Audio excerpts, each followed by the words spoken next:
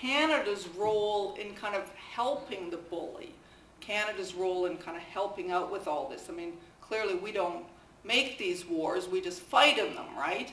But I would argue that that role we're playing is very crucial, very, very helpful to the U.S. I mean, not only are we providing troops in the dangerous south part of the country, and thereby, of course, freeing up troops, American troops that would otherwise have to be there to go off onto Iraq.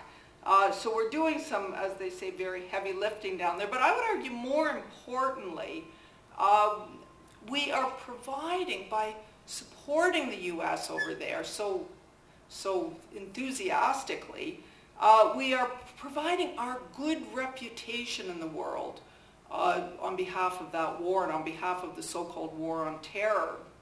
You know, it's funny, and one of the favorite things of the right these days is to argue, you know, that Canada has no respect in the world, right? Canada's nothing, because we don't have a big enough military. In fact, by the way, we do have a large military. In fact, we are the 6th biggest military spender in NATO. We're in the top third of NATO, so even that argument that we don't spend enough is absurd. But that, of course, is their argument that we aren't respected in the world. In fact, we have a great deal of respect in the world. Some of it earned, some of it not earned. But the truth is, Canada is one of the most widely respected countries in the world.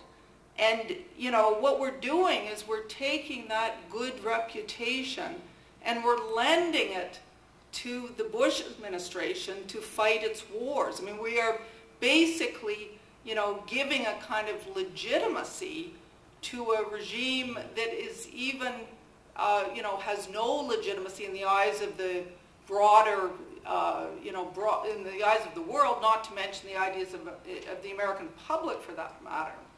In fact, we're playing a crucial role as America's kind of supporter within NATO. I mean, this whole business, this whole notion that, you know, we have to meet our NATO obligations is ludicrous. I mean, we know perfectly well that, in fact, virtually none of those NATO countries want to be in Afghanistan either. Certainly the publics in those countries don't want to be in Afghanistan. And that's why it's so difficult to get that extra 1,000 troops that Canada and the U.S. is so desperately looking for. Because the publics in the big NATO countries have really reacted vigorously, as the Canadian public has, and the governments in those countries don't want to commit. Certainly they don't want to commit to the counterinsurgency war that we're fighting. So in fact, they're up in the northern part of the country, or, you know, there's restrictions on how deeply they can be involved. And Canada is playing this crucial role within NATO, kind of playing the heavy for George Bush, you know, arguing that we need, you know, that we all have to get on board and support this effort. I mean, what NATO basically is, you know, is just a fig leaf for U.S. power, but it gives this illusion that there's some kind of multinational group of countries that are willing to participate and eager to participate in this war. In fact, it'd be interesting to imagine if Canada were to pull out. In fact, we hear a lot of commentators say, well, you know, if Canada pulled out, you know, the whole thing might collapse. As if that's a problem, you know? In fact, they suggest even NATO might collapse. I mean, would that be so bad?